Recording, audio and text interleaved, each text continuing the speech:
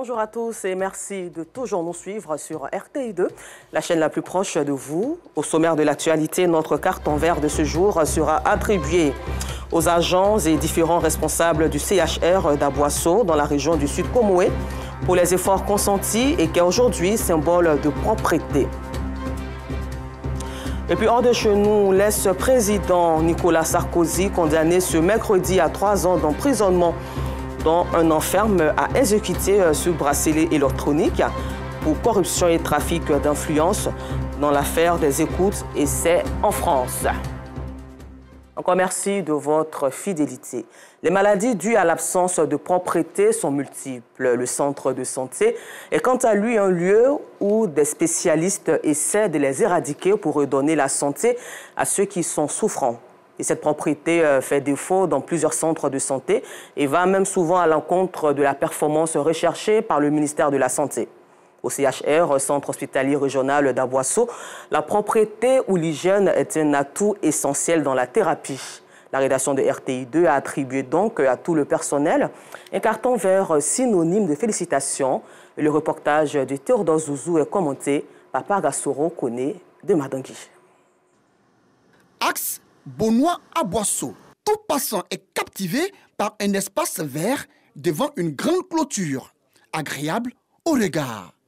Du gazon bien tondu, des palmiers Paul et Virginie alignés de façon majestueuse, tout comme ces plantes et fleurs coupées, taillées, ornées de granit et placées de façon artistique. Le beau voulu par le technicien d'hygiène à la tâche étale toute sa splendeur. Ici, c'est la façade du centre hospitalier régional CHR d'Aboisseau. 2 ans après son ouverture, c'est une véritable fierté et un plaisir pour ces femmes de fréquenter une telle infrastructure. En tout cas, notre hôpital est propre. Je suis contente de venir ici. Quand on vient ici, on est bien traité à l'hôpital. On nous reçoit bien.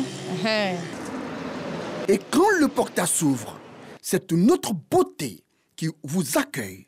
Une cour embellie, propre, assainie, esthétique, avec des caniveaux curés, des voies bien tracées et bien nettoyées, avec des signalisations superbement conservées qui vous indiquent les directions à prendre.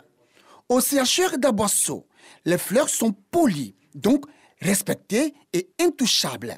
Des rubans d'interdiction de passer sont aussi visibles par endroits. Et lorsque l'herbe de la pelouse pousse, le directeur lui-même se rend sur les lieux. L'hygiène doit commencer par l'extérieur, c'est-à-dire la façade. Tout de suite, quand on rentre à l'hôpital, la propreté doit être la première des choses qui doit marquer nos esprits. Déjà, ça réconforte, ça rassure, qui crée la confiance déjà entre celui qui vient pour demander des soins et celui-même qui vient pour lui offrir ce soin. Cette beauté envoûtante et ensorcelante du centre hospitalier régional d'Aboisseau emballe personnel et visiteurs. Les responsables de ce centre hospitalier ne réalisent même pas que leurs résidences sont attenantes à la morgue. On se familiarise avec ces lieux toujours mis à l'écart, cette maison qui abrite les semblables ayant rendu l'âme. Les espaces aérés entre les 24 bâtiments qui composent le centre donnent plaisir à voir. À l'intérieur, les agents d'hygiène sont quotidiennement à la tâche pour maintenir la clarté des carreaux au sol. Rendre les locaux propres, ça fait partie de la santé. Quand le coin est propre, puis quand le malade arrive, ça facilite sa guérison. Des lieux qui donnent au personnel soignant l'envie de travailler, à l'image de cette sage-femme qui ne s'imaginait pas un tel cadre. Franchement, quand nous affectait ici, je ne m'attendais pas à une telle beauté des lieux. Je prends vraiment plaisir à y travailler. Tout est mis en œuvre ici pour conserver la qualité du plateau technique. Chirurgie, petite chirurgie, entre autres. Sans oublier la qualité des médicaments administrés. C'est très important dans la mesure où la propreté favorise une meilleure prise en charge et ça évite les maladies nosocomiales. Il est important que ceux même qui prennent les médicaments les prennent dans les conditions propres également. Avant toute intervention et après toute intervention, la salle est stérilisée. Et si tout individu venant qui n'est pas de la corporation vient avec des germes, et ces germes sont susceptibles D'entrée, lorsque l'intervention se fait, d'apporter des gemmes au patient qui est sur la table, alors que nous voulons éviter le maximum de gemmes à un patient. Donc voilà pourquoi l'accès est interdit à toute personne qui ne travaille pas ici, sauf au personnel soignant. Le service d'accueil, où il est interdit d'entrer en blouse pour éviter d'y propager des microbes, fait rêver avec son ciel artificiel et le choix des peintures qui apaisent et donnent espoir aux malades dont le vœu est de recouvrer la santé. En toute chose, c'est de se confier à Dieu qui donne l'intelligence et la sagesse à ces prestataires-là pour donner la santé à toutes ces personnes qui viendront dans ce CHR. Ici, c'est le pôle d'accueil, c'est-à-dire que c'est une mosaïque de personnes qui viennent avec des pathologies. Et lorsqu'il y a ce brassage de gemmes, si les prestataires qui déjà dans les soins, qui sont en contact avec ces malades, avec plusieurs types de virus ou microbes, rentrent à l'administration avec ces blouses, ils exposent le personnel. La bonne organisation se laisse découvrir également dans la digitalisation des entrées. Une cuisine avec un cadre sain, des aliments de qualité, aussi un partenariat gagnant avec les autres centres de santé en ce qui concerne le transfèrement des cas compliqués. C'est un œdème aigu du poumon sur grossesse. Voilà, c'est un cas de réanimation. Alors comme l'ARIA n'est pas fonctionnel à plein temps, donc on l'évacue sur le CHU de Treichville. Le CHR dispose d'une ambulance et quand la nôtre est occupée, on peut faire appel à Maféré ou bien soit à Krendiabo ou bien à Kofikro qui sont aux alentours d'Aboisseau. À toutes ces dispositions s'ajoute la sécurité. Autant le service informatique enregistre les entrées, autant les agents de sécurité contrôlent les véhicules et notent les sorties des patients. On enregistre les malades qu'on libère et au cas où il y a des pertes, où il y a des problèmes, pour qu'on puisse retrouver les trucs. On a ici les noms, les numéros, avec l'heure laquelle ils sortent, ou les services sur lesquels ils les a hospitalisés. Toute cette propreté des lieux découle de la volonté de son directeur, Michael Brou Nanok. Nous travaillons toujours en collaboration avec les opérateurs qui ont construit le site et qui l'ont équipé. Mais il y a une politique de suivi et de gestion du matériel hospitalier dans ce CHR. Pour le maintien de l'hygiène, vous avez vu, nous avons un service d'hygiène avec des agents et des responsables formés qui, au quotidien, veillent à l'entretien de l'espace vert, à l'entretien des bâtiments, à l'entretien des locaux et à l'entretien des salles de soins.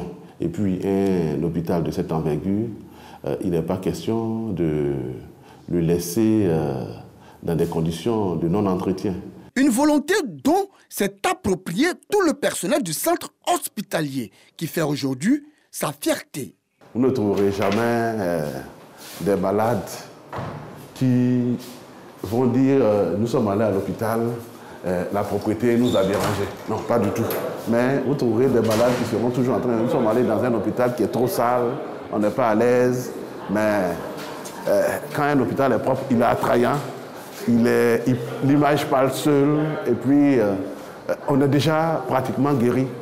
Une culture du beau, de la conservation, de la préservation de l'infrastructure et des équipements pourrait donc servir d'exemple. Heureux de l'esthétique de cette institution hospitalière, heureux de l'éclat et de la beauté du centre hospitalier régional d'Aboisseau, la rédaction de RTI 2 attribue un joli carton vert, un beau carton vert, un doux carton vert à Michael Brou Nanok, directeur du CHR d'Aboisseau, à ses collaborateurs et à tout le personnel pour leur propreté, le sens du devoir et de la responsabilité.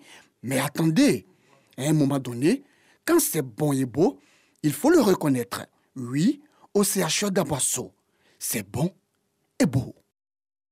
Et c'est un standing ovation pour les agents du CHR d'Aboisseau. Un reportage à revoir sur RTI Info.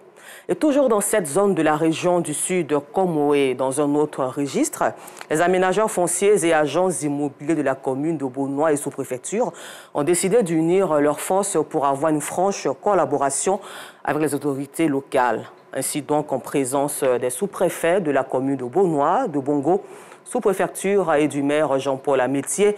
Le nouveau président investi Jean-Marie Hanot entend mettre fin au litige foncier dans la commune de Beaunois et sous-préfecture. Et c'était en présence de Maïssa Kogaï. La question de la course à la vente des terres dans la commune de Beaunois et sous-préfecture a été plusieurs fois abordée. Pour résoudre ce problème, les aménageurs fonciers et agents immobiliers du secteur ont décidé de s'organiser. Le vendredi 5 mai 2023, à la place Kadio à Mangwa, le maire de la commune de Beaunois, Jean-Paul Amétier, a interpellé les propriétaires terriens de sa localité.